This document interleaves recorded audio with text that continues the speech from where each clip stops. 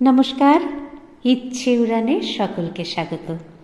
আজ আমরা যে ছোট গল্পটি পড়ব সেই গল্পটির লেখিকা প্রতিভা বসু। গল্পটির নাম বিকেলবেলা। শুনতে থাকুন। ট্রামে দেখা হয়ে গেল। আরে তুমি! ভিড়ের মধ্যে রড ধরে দাঁড়িয়ে থাকা সুমন্ত প্রায় চেঁচিয়ে উঠল, হোমা তুমি! চমকে সামনের আসন থেকে চোখ ফেরালো অম্বু। সুমন্ত বলল, কোত্থেকে?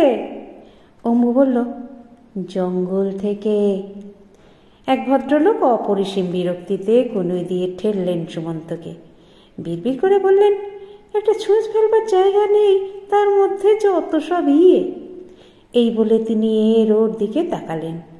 এরা ওরাও সর্বতোভাবে সায় দিয়ে কি একটা কৌশলে সুমন্তকে আর একটি ঠেলায় অনেকটা দূরে গড়িয়ে দিতে দিতে বলল, সরে দাঁড়ান, সরে দাঁড়ান, এখন বিশ্রাম ভালাপের সময় নয়। অম্বু একেবারে অপ্রস্তুত।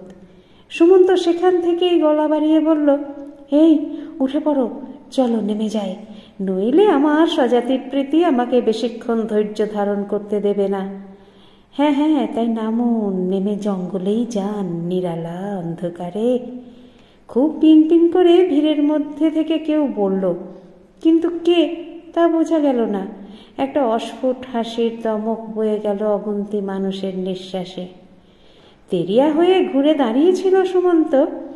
অম্বু লজ্জিতভাবে তাড়াতাড়ি উঠে দাঁড়ালো, আর তাকে দাঁড়াতে দেখে সুমন্ত রাগ সামলে এগিয়ে এলো ভিড় ঠেলে। কেমন আছো? নিচে নেমে জিজ্ঞেস করলো সে। অম্বু বলল, তুমি কেমন আছো? সুমন্ত মনে মনে হিসেব করছিল। ঠিক কদিন বাদে আবার অম্বুকে দেখল। প্রায় ভুলে গিয়েছিল। কি আশ্চর্য!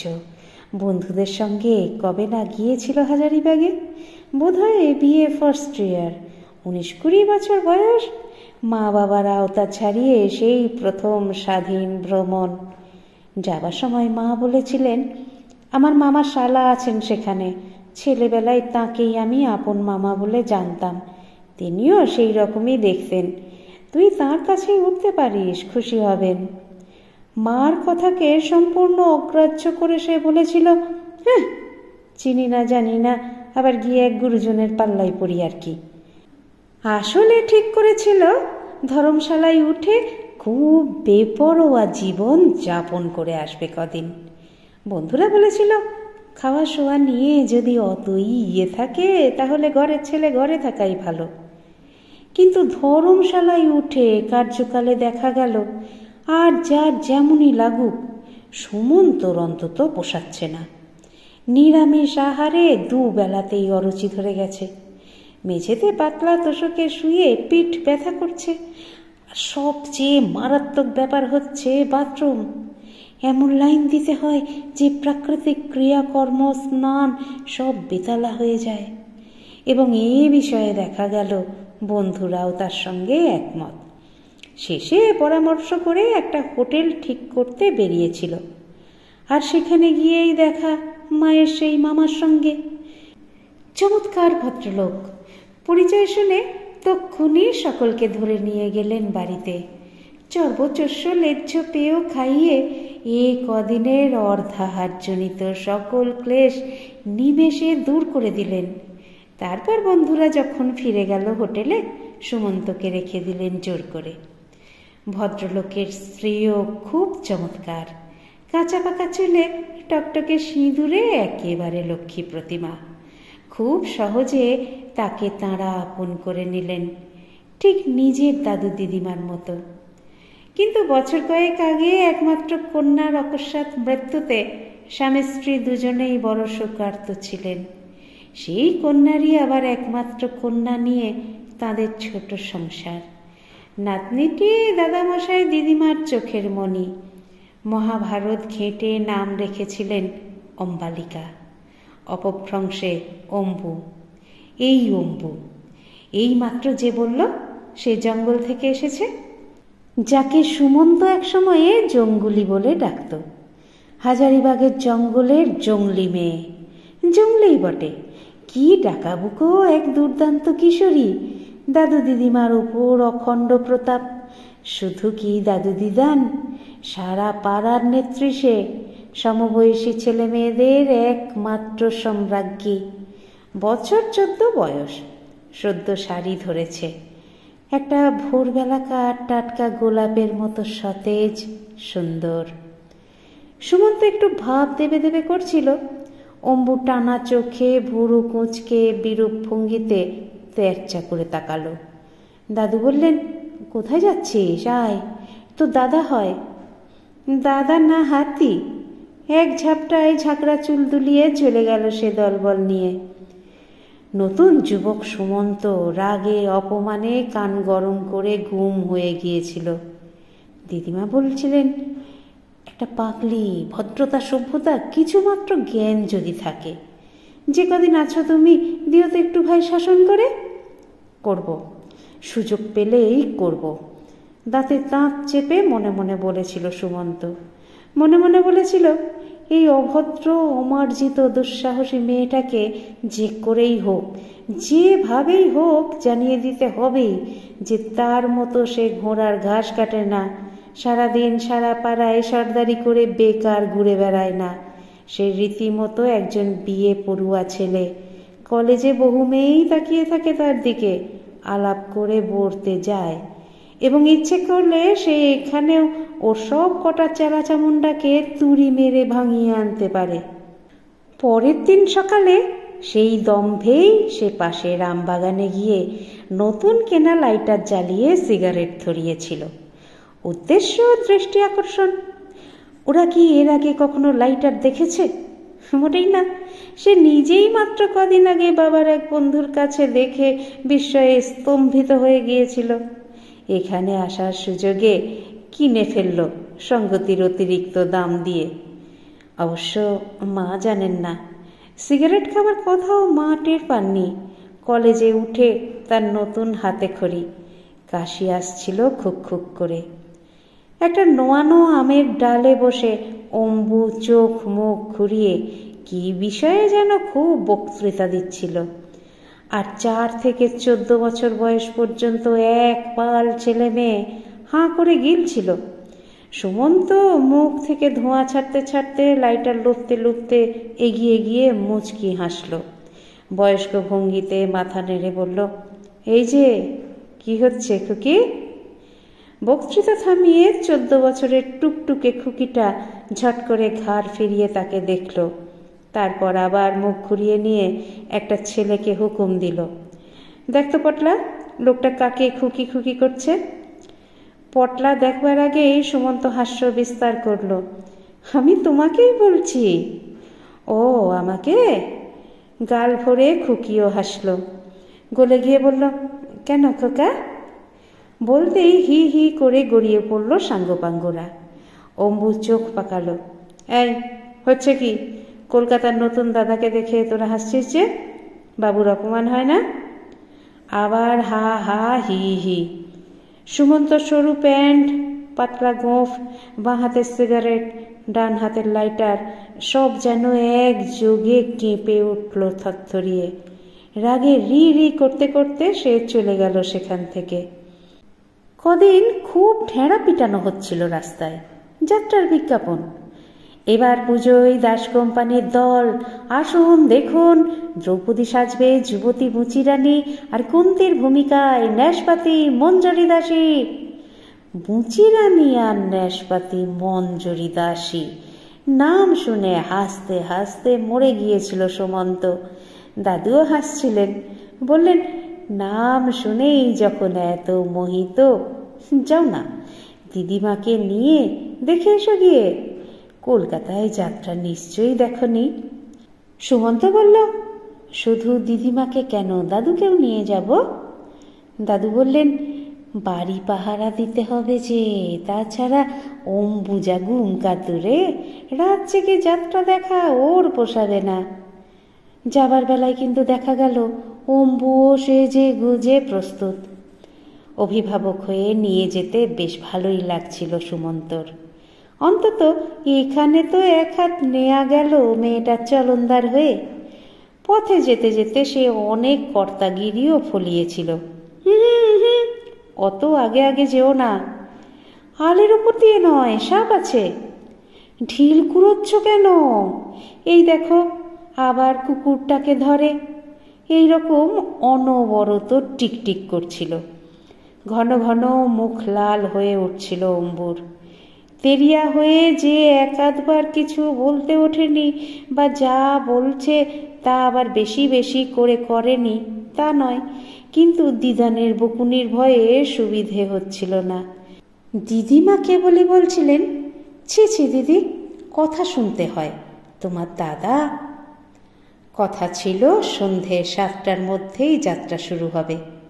9:30 আগে আরম্ভ হলো না, আর 11টা বাজতে না বাজতেই অম্বু ঢুলতে লাগলো ঘুমে। বিরতির সময় যখন পা ধাস আস্তা করে খুব কনসার্ট বাজছিল, হারমোনিয়াম, তবলা আর বেহালার ছড়ের টানে কানের তালা লেগে যাচ্ছিল, সেই সময়ে দিদিমা চিকের বাইরে মুখ বাড়িয়ে বললেন, সুমন্ত, এই ফাঁকে তুমি অম্বুকে একটু বাড়িতে দিয়ে আসতে পারবে? সুমন্ত বলল, কেন পারবো না। দিদিমার পেছন থেকে অম্বু হঠাৎ চোখ কচলে বলে উঠল, না, আমি ওর সঙ্গে যাব না। দিদিমা গায়ে মাথায় হাত বুলিয়ে খোশামত করলেন, লক্ষ্মী সোনা, যাও, বাড়ি গিয়ে বিছানায় আরাম করে ঘুমিয়ে থাকো, দাদু আছেন। না। এরপরে দিদিমা কি যেন একটা লোভনীয় শর্ত করলেন, যার ফলে দেখা গেল অম্বুর জেদি চেহারা বেশ শিথিল দেখাচ্ছে। পথে আস্তে আস্তে সুমন্ত বলল, বাচ্চা মেয়ের মতন থাকবে, বড়দের সঙ্গে টেক্কা দিয়ে আবার যাত্রা দেখতে এসেছিলে কেন? অম্বু বলল, তুমি এসেছিলে কেন? আমি এসেছি দেখতে। আমিও তাই। ঘুমিয়ে ঘুমিয়ে না, একটা চশমা পরে ঘুমুলে না কেন, আরো ভালো দেখতে পেতে।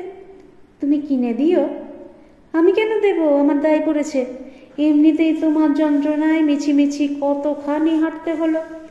সব সব ঈষৎ চিৎকার করে উঠল অম্বু। সুমন্ত হাউ মাউ করে লাফিয়ে ঝাঁপিয়ে একাকার, আর মাঠের আকাশ বাতাস ফাটিয়ে হাসতে হাসতে অম্বু ধাও। গাঢ় অন্ধকার পেয়ে সে যে কোথায় ছুট লাগালো কে জানে। বড় বড় গাছের ছাওয়া, মস্ত মাঠ। প্রায় 12টার রাত্রিরে কত রকম পোকামাকড় ডাকছে, পাখি কাঁদছে, ডানা ঝাপটাচ্ছে, জোনাকিরা জ্বলছে, নিভছে। সুমন্ত সারা শরীর কেমন শিরশির করতে লাগলো একা দাঁড়িয়ে। প্রত্যেক মুহূর্তে একটা অজানা ভয় ছেয়ে ফেলল তাকে। পা বাড়ালেই মনে হতে লাগলো, এই বুঝি সত্যি সে মারিয়ে দিল একটা সাপ। এই বুঝি সাপটা ফোঁস করে মাথা আছড়ে লিকলিকে জিবে ছোবল মারলে একটা। সে প্রাণপণে চেঁচিয়ে ডাকতে লাগলো, অম্বু, অম্বু, লক্ষ্মীটি, এসো, আমি অন্ধকারে কিচ্ছু দেখতে পাচ্ছি না। বস্তুত সে সত্যি একটু কম দেখছিল, তখন থেকেই তার চশমা। ছুটতে ছুটতে কোথা থেকে ফিরে এলো অম্বু, বলল, ভীতু কোথাকার, আবার চলনদার হয়েছেন, এসো, এখান দিয়ে এসো, আমার হাত ধরো। হাত ধরবে না আর কিছু, একা ফেলে যে চলে যায়নি তাই না ঢের। ভূতে যখন ঘাড় মটকে খেত বেশ হতো। ঘাড় মটকালে যেন আমার একলারই মটকাতো, তোমারও মটকাতো। আমার মটকাতো? ভূতের বাপের সাধ্য নেই আমার ঘাড় মটকায়। আমি তো ইচ্ছে করেই তোমাকে এই অন্ধকার ভূতের মাঠ দিয়ে নিয়ে এসেছি। এত রাতে বুঝি আর কেউ হাঁটে পথে? দিদান জানলে দেখো ক্ষণ কেমন বকুনি দেয়। আসার সময় তো এখান দিয়েই এলে। সে তো বিকেলবেলা, তখন দল বেঁধে এসেছিলাম। তাহলে খুব অন্যায় করেছ। খুব ভালো করেছি। এখন যদি একটা ঠ্যাঙারের সঙ্গে দেখা হয় খুব মজা হয়। আবার ঠ্যাঙারেও আছে নাকি? আছে না? চোর, ডাকাত, ভূত, পেতনি, সাপ সব আছে এই মাঠে। অম্বু, কি? আমার হাত ধরো। কেন? আমি দেখতে পাচ্ছি না। মিথ্যুক, আসলে ভয় পাচ্ছ। ঠিক তাই, তাই পাচ্ছি। হাতটা ধরো না। সিগারেট খাও কেন ওইটুকুন ছেলে? কখন সিগারেট খেলাম? সকালে খেলে না? তুমি ভালোবাসো না সিগারেট খাওয়া? না, সিগারেট খেলে ক্যান্সার হয়। কে বলেছে? দাদু।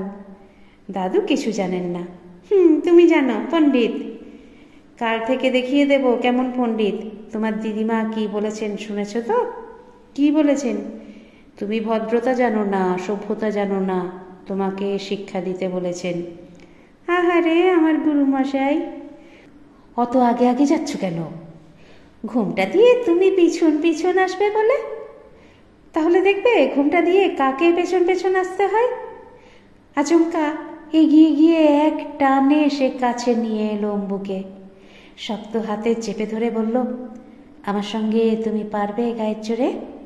শূন্যে তুলে ছুঁড়ে ফেলে দেব ওই বাঁশ ছোপটার মধ্যে। নিজের জায়গায় পেয়েছ তাই, একবার যেও কলকাতায়, দেখিয়ে দেব তখন। হাত ছাড়াবার চেষ্টায় অম্বু তাকে আঁচড়ে কামড়ে অস্থির করে দিয়েছিল, তবু সে ছাড়েনি। 19 বছরের তপ্ত বুকের মধ্যে চেপে ধরে রেখে বলেছিল, থাকো দাঁড়িয়ে সারা রাত, এই তোমার উচিত সাজা। ছাড়ো। ক্ষমা চাও? না।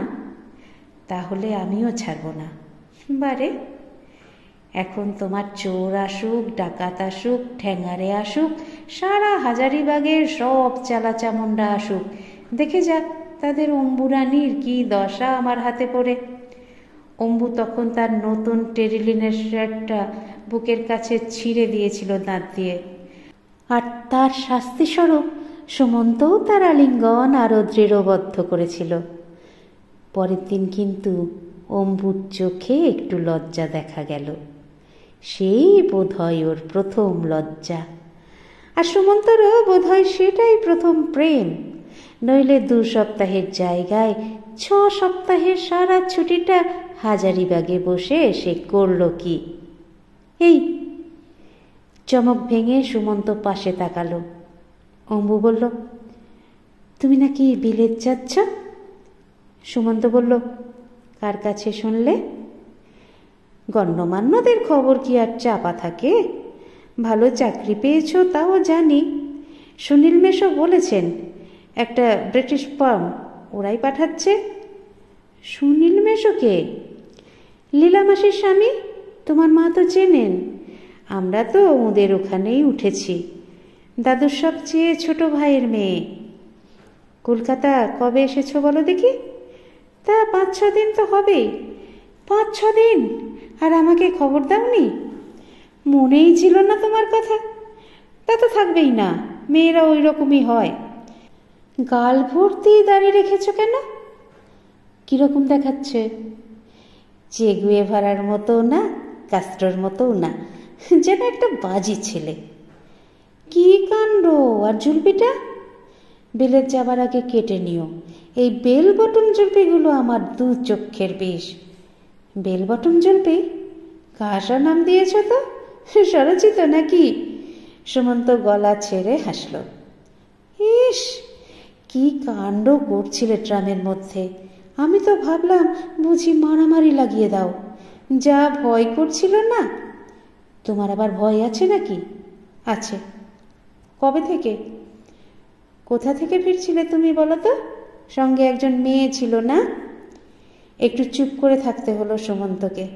বলতে পারল না আধুনিক পদ্ধতিতে বধূ নির্বাচনের জন্য সে ঘণ্টাখানেক একটা বিলিতি হোটেলের পার্টিতে বসে বসে আলাপ করছিল মিনা তালুকদারের সঙ্গে।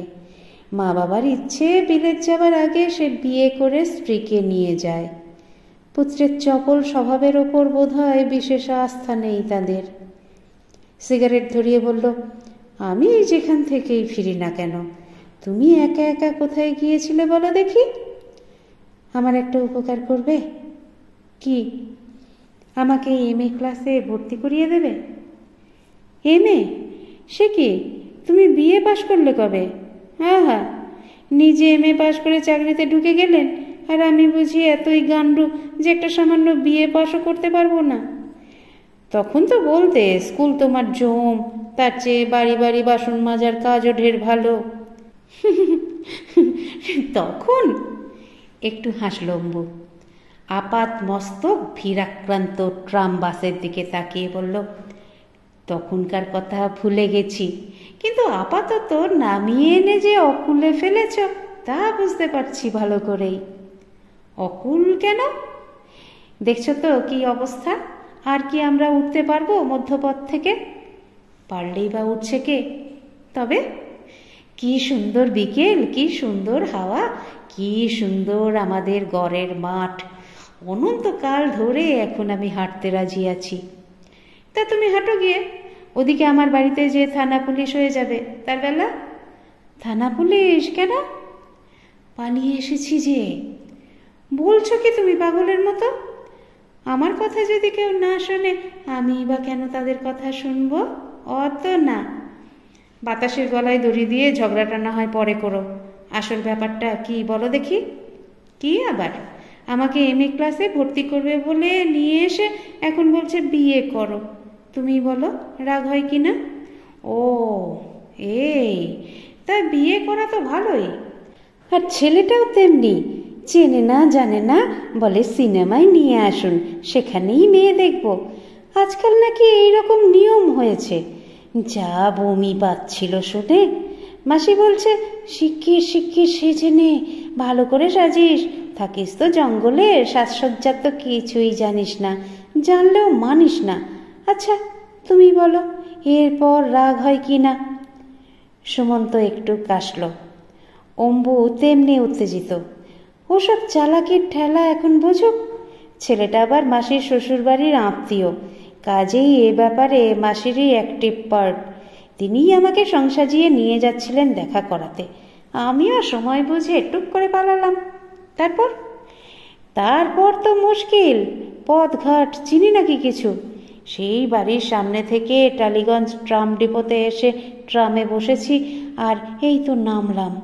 মানে বসেই ছিলাম আগাগোড়া। ট্রামটা শেষ পর্যন্ত গেল, আবার ভর্তি হয়ে ফিরল। আমি আছি এক কোণে। যা ভয় করছিল না, কেবলই মনে হচ্ছিল কোনো দিকে চলে যাচ্ছি, হারিয়ে যাচ্ছি। অম্বু সরল চোখে তাকিয়ে হাসতে লাগলো। সুমন্ত আবার হাজারিবাগের কথা ভাবলে সেই সুখ তার আবার ফিরে পেতে ইচ্ছে করল। এই সময়ে সূর্য অস্ত যাচ্ছিল। তার লাল আলো ছড়িয়ে পড়ছিল পথে, ফুটপাতে, গাছের পাতায় পাতায়, মানুষের মনে। পার্ক স্ট্রিট ছাড়িয়ে দৌড়াদৌড়ি করে সে একটা ট্যাক্সি ধরে ফেলল। বলল চলো, তোমাকে পৌঁছে দিই। দাদু দিদিমাকে না জানি কত ভাবিয়ে তুলেছ। অম্বু গাড়িতে উঠে বসল। একটু পরে বলল, আমি কিন্তু একটা সুখবর দিতে পারি। কি? মাসি আর সুনীল মেশো ভাবছেন ওদের মেয়ে বেলার সঙ্গে তোমার বিয়ের কথা বলবেন। দাদু দিদিমাকে ধরেছেন খুব, আর দিদিমাও বলেছেন শিগগিরই তোমাদের সঙ্গে দেখা করতে তোমাদের বাড়ি যাবেন। বেলাও সঙ্গে যাবে, তোমার সঙ্গে আলাপ করবে। বেলা খুব সুন্দর, খুব ভালো, তোমার চেয়েও। দেখলেই তোমার পছন্দ হয়ে যাবে। তাই নাকি? আমি তো বেলাকে সবসময় তোমার কথা বলে খেয়া পাই। সর্বনাশ, সব কথা বলে দাওনি তো? কি কথা? আমি যে তখন একটি মেয়েকে ভালোবাসতাম। হঠাৎ চুপ করে গেল অম্বু। সুমন্ত জানলার কাঁচ নামিয়ে দিচ্ছিল, দেখল অম্বু রাস্তার দিকে মুখ ফিরিয়ে নিয়েছে। এত সুদূর যে সর্বদাই উছলে পড়া আনন্দের খনি অম্বুর এই মুখশ্রী অচেনা লাগলো সুমন্তর। একটি সিগারেট ধরিয়ে সেও আনমনাভাবে তাকিয়ে থাকলো পরন্ত বেলার পথের দিকে। দপ করে আলো জ্বলে উঠল। বাড়ির কাছাকাছি আস্তে আস্তে আবার অম্বুও ফিরে এলো নিজের স্বভাবে। আবার রোদ ফুটল তার মুখে। বলল, এই এখন বাড়ি গিয়ে কি হবে? বকুনি খাবে আবার কি? না, তোমাকে দেখে সবাই এত খুশি হবে যে আমার কথা ভুলে যাবে। আর যদি দেখো সেই অপরিচিত শ্রীমানটি সিনেমায় না পেয়ে বাড়ি এসে বসে আছে, সে আমি বুঝবো। তা নিয়ে তোমাকে মাথা ঘামাতে হবে না। এ ব্যাপারে আমি ছাড়া আর কার মাথা ঘামবে তাও তো জানি না। সব কথাই এত ইয়ার্কি করো কেন? অম্বু রেগে গেল। সুমন্ত হাসল। গাল ভরা দাড়ি আর বেল বটম জুলপিওয়ালা ছেলেরা তো এরকমই বখা। জানো, অম্বু ঝিলিক দিয়ে উঠল। বেলা এরকম দাড়ি আর জুলপি খুব ভালোবাসে, বলে ইন্টেলেকচুয়াল। কিন্তু বেলার বোন যদি ভালো না বাসে তাহলে তো আমি নিরুপায়। নিরুপায় কেন? তোমার ইচ্ছে তুমি রাখবে, আমার ইচ্ছে আমি পছন্দ করব না। তা কখনো হয়? একসঙ্গে থাকতে গেলে ওরকম ঝগড়া করে থাকা যায় না। আমি কালই সব কেটে ছেঁটে পরিষ্কার হয়ে আসছি, তারপর আর কোনো আপত্তি নেই তো? কী সব যাতা বলছো? তবে কিভাবে প্রস্তাবটা করব বলে দাও না। প্রস্তাব? তুমি রাজি হলে তবে তো আর সব। আর তুমি রাজি হলেই কাজ অনেক অগ্রসর হয়ে যাবে। বিয়ে যখনই হোক, পাসপোর্ট ভিসা এসবের ঝামেলাগুলো তো চুকিয়ে রাখতে পারি। অম্বু বিস্ফারিত চোখে তাকিয়ে থাকলো সুমন্তর দিকে। আস্তে আস্তে সমস্ত চোখ চামচে ভরা জলের মতো টলটল করে উঠল। আপনাদের মতামত আমাকে সমৃদ্ধ করে, তাই অবশ্যই বলবেন আজকের গল্প পাঠ আপনাদের কেমন লাগলো। যারা চ্যানেলটিকে সাবস্ক্রাইব করেছেন তাদের অসংখ্য ধন্যবাদ। আর যারা এখনো পর্যন্ত সাবস্ক্রাইব করেননি তারা একটু কষ্ট করে সাবস্ক্রাইব করে নিয়ে সঙ্গে থাকুন না প্লিজ। একটু লাইক শেয়ার এগুলো নিশ্চয়ই বলে দিতে হবে না। সুস্থ থাকবেন, সুন্দর থাকবেন আর অপেক্ষা রাখবেন পরবর্তী গল্পের। নমস্কার।